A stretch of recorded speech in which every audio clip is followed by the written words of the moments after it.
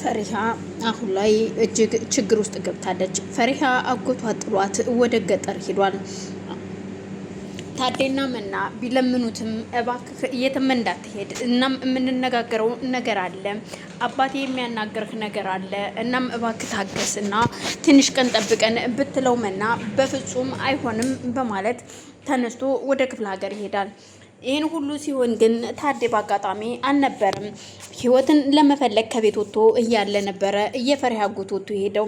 የፈሪሃ አጎት እየሄደው ወደ አገሩ የፈሪሃን ስለ ፈሪሃ እዚህ ቤት ለምን እንደመጣች መናገር ስለፈራ፣ ምክንያቱም ፈሪሃ አሁን መናገር የለብንም አሁን ከተናገርን ገንዘብ ፈልጋ ነው የመጣችው እባላለሁ ብላ ስላሰበች ለአጎቷ አሁን መናገር እንደሌለባት ትነግረዋለች።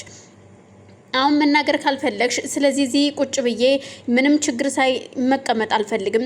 እዚህ ቤት ችግር እንደሆነ መቼም አያልቅም። ስለዚህ ከዚህ ቤት መሄድ አለብኝ፣ ወደ ሀገሬ ሄዳለሁ ይላታል። እናም ስለዚህ አንተ ብቻ ሳትሆን እኔ ትንሽ ቆይቼ እመጣለሁ፣ አንተ ሂድ ስትለው እንግዳውስ ጥሩ በማለት ነበር የተለያዩት። ታዴ በድንገት ወደ ቤት ሲመጣ ቤት ውስጥ ማንም አልነበረም። ልጁ መና ብቻ ነበረች። መና የት ሄዶ ነው ደምስ ሲላት፣ አጎቴ ደምስ እኮ አባቴ ሄደ እሄዳለሁ አልቀመጥም አልቀርም ብሎኝ እምቢ ብሎኝ ሄደ ስትለው እኮ እንዴት አላቅም ታውቃለህ አባዬ በቀደም ለታ ህይወት ያንን ነገር ስትናገር እኛ ዝም በይ ያልናት ቀን ስለ ፈሪሃ እናገራለሁኝ ያለችው ሚስጥር ነበር። ፈሪሃ ደግሞ እነግራችኋለሁ እኔ ራሴ በማለት ተናግራ ነበር። ግን ያንን ነገር እኔ አጎቴ ደምስም የሚያውቀው ነገር ያለ ይመስለኛል። ያንን ነገር ላለመናገር ነው መሰለኝ ደምስ ከዚህ ቤት ሄደው። ስለዚህ ፈሪሃን መጠየቅ አለብን አባዬ ስትለው እሱ ትክክል ነሽ፣ አዎ ልክ ነሽ ልጄ ብላለች። ግን ደግሞ ምን እንደሆነ አላቅም አሁን እንደው የህይወት ጉዳይ ነው እኔን እያስጨነቀኛለሁ። ህይወትን እኮ የትም ላገኛት አልቻልኩኝም።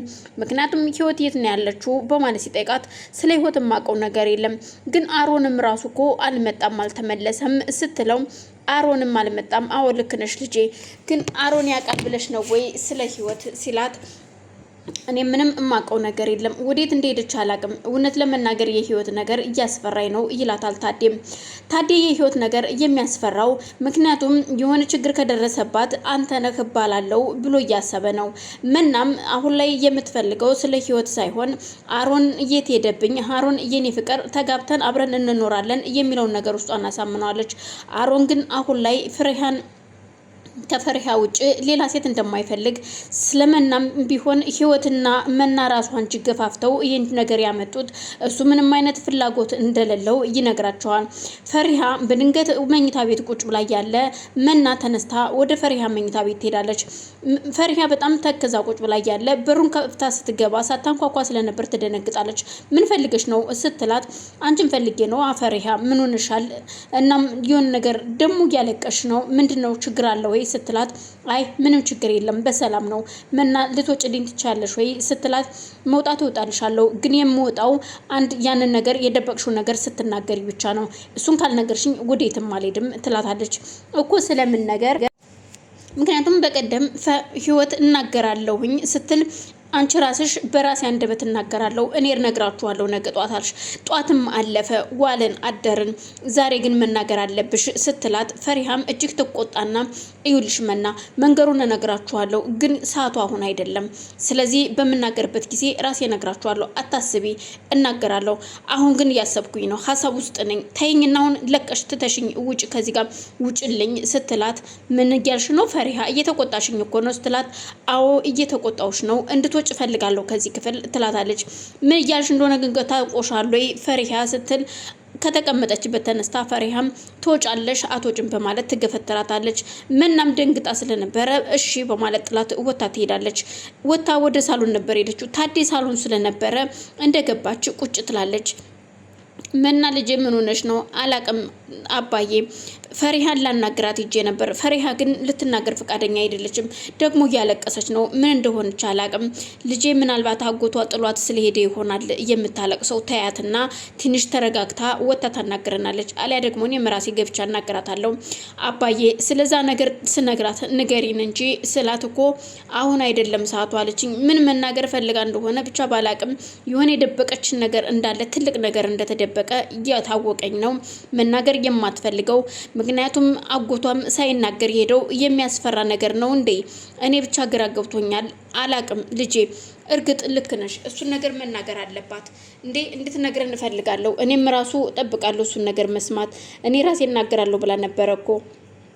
ስለዚህ እኔ ራሴ ጠይቃትና እንድትነግረን አደርጋለሁኝ። በቃ ችግር የለውም አንቺ ታያት በማለት እሺ ብለው ሁለቱ እያወሩ ያለ በድንገት የሳሎን በር ይከፈታል።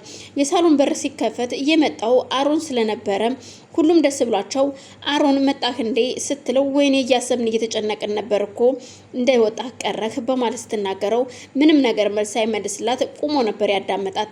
ታዴም አይደለ እንዲ አባዬ ስትለው ልክ ነሽ አዎ ልጄ መና አሮን ደህና ነው ወይ ሲል ደህና ነኝ ታዴ አመሰግናለሁ ሰላም ነኝ በማለት ብዙም ቁሞ ሳያወራቸው ጥሏቸው ወደ መኝታ ቤት ይሄዳል። መኝታ ቤት ሲገባ አሮን ፈሪሃ ዛ መኝታ ቤት ቁጭ ብላ ስለነበረ ከፈሪሃ ጋር ትንሽ ሰላም እንደተባባሉ እንዴት ነህ አሮን ደህና ነው ወይ ስትለው ደህና እንዳልሆንክ ግን አውቃለሁኝ፣ ግን ደግሞ እንዴት ነህ? ደህና ትሆናለህ፣ አይዞህ እሺ። ምናልባት ዛሬ ደህና ባትሆን ነገ ደህና ትሆናለህ፣ እናም አይዞኝ በርታ ስትለው አዎ ልክ ነሽ፣ እርግጥ አሁን ደህና አይደለሁኝም፣ ግን ደግሞ ነገ ደህና ልሆን እችላለሁ። በጣም አመሰግናለሁ ፈሪሃ፣ አላቅም ብቻ እኔ ግራ ገብቶኛል ይላታል። ቆይ አይዞህ አትጨነቅ አሮን፣ ሁሉም ነገር እኮ በጊዜው በሰዓቱ የሚስተካከል ነገር ነው እና ምንም የሚያስፈራ ነገር የለም። ግን እንደው እንዴት ነው ስለ ፈሪሃ ማን ነው ስለ ህይወት ግን የምታውቀው ነገር የለም? ህይወት የት እንደሄደች ታውቃለህ? አታውቅም ስትለው ፈሪሃ ስለምንም ነገር እንዳትጠይቅኝ፣ በቃ ስለሷ ምንም ነገር ማወቅ አልፈልግም ሲላት እሺ ትለዋለች። ግን ደግሞ ፈሪሃ እንዳሰበችው ከሆነ አሮን እንደሚያውቅ ስለሷ በደንብ ጠይቀዋለች። እና ማነጋገሩ ላይ የተረዳችው ነገር ቢኖር ፈሪሃ ህይወትን እሱ እንደሚያውቅ ያለችበትን እንደሚያውቅ ነው። ስለዚህ እነታዴን እኔ ነግራቸውና እነታዴ እንዲጠይቁት አደርጋለሁኝ እንጂ ለኔማ እርግጠኛ ነኝ እንደማይነግረኝ አውቃለሁ በማለት ራሷን ካሳመነች በኋላ በድንገት ትንሽ ከደቂቃዎች በኋላ መና እዛ መኝታ ቤት አሁንም ድጋሚ በር ሳታንኳኳ ትገባለች። የመጣችው አሮንን ለማናገር ነበረ። ስትመጣ ግን ያየችውን ነገር ማመን ያቅታል። ያየችው ፈሪሃና አሮን አብረው ቁጭ ብለው እያወሩ ነበረ። ፈሪሃ እዚህ ጋር ምን እየሰራሽ ነው በማለት በቁጣ ስትናገራት መና ምን ልትሰሪ መጣሽ ነበር ያላት። እሱም ላናግርህ ነዋ። እንዴት እንደዚህ ትለኛለህ? እኔ እኮ ላናግር ነው የመጣሁትኝ፣ የወደፊቱ ባሌ እኮ ነህ፣ እንዴት እንደዚህ ትለኛለህ? ፈሪሃ ግን ምን እየሰራሽ ነው ስትላት ፈሪሃ እኔ ምንም እያደረኩት ነገር የለም፣ እዚህ የሆነ ወሬ ይዘን እየተጫወትን ነበረ በማለት ተነስታ ልትወጣ ስትል አይ ቆይ አትውጭ ፈሪሃ ቁጭ በይ መና ሂጂ ውጪ ይላታል። እጅግ ተናዳ ስለነበረ መናም እንዴት ውጭ ትለኛለህ? እኔ የፈለኩት ችግር የለውም እናንተ አውሩ እኔ መለሳለሁ ብላ ፈሪሃ ትታቸው ትወጣለች። አሮን እኔ እኮ አንተን እየጠበኩኝ ነው፣ ስለኔና ስላንተ ህይወት ምን አሰብክ የሚል ጥያቄ ስታነሳለት በጣም ታሳዝኛለሽ። አንድ ነገር ልንገርሽ፣ እኔ አንቺን አልፈልግሽም። ሲጀመር ይህንን ሀሳብ የሚያመጣሽው አንቺ ነሽ። ስለዚህ እኔ የማውቀው ነገር ስለሌለ አንቺን አልፈልግሽም። የምወዳትና የማፈቅራት ሴት አለች። ስለዚህ እኔና አንቺ ከዚህ ጋር እናቆማለን። ጭራሽ ስለኔና ስላንተ ምን እያሰብክ ነው ትኛለሽ እንዴ? የኔ ህይወት የኔ ያለሁበት ነገር ሳያሳስብሽ ስላንቺ ስለወደፊትሽ ታስቢያለሽ በማለት ይናደዳል። ህይወት እዛ ጋር ታግታ በራብና በውሃ ጥም ራሷን ልትስት ነው። የሰው ያለ ድረሱልኝ ብትል የሚደርስላት ሰው የለም። አሮንም ተዝናንቶ ፈታ ዘና ብሎ ነበረ ወደ ህይወት ጋር የሄደው። እናም ታዴ ግን ሲጠይቀው ልጄ ስለእናት የምታውቀው ነገር አለ ወይ ሲለው ታዴ እኔ ህይወት እናቴ አይደለችም፣ ስለዚህ እኔ የማውቀው ነገር የለም ነበር ያለ። ፈሪሃ ግን ታዴ ግዴለም ስለ ህይወት አሮን ሳያውቅ አይቀርም፣ አሮንን ጠይቀው የሚል ነገር እችን ቃል ትናግረዋለች። ስለዚህ እሱን መከተል እንዳለብኝና እሱን መጠየቅ አለብኝ በሚል ታዴም አሮንን ይከተለዋል።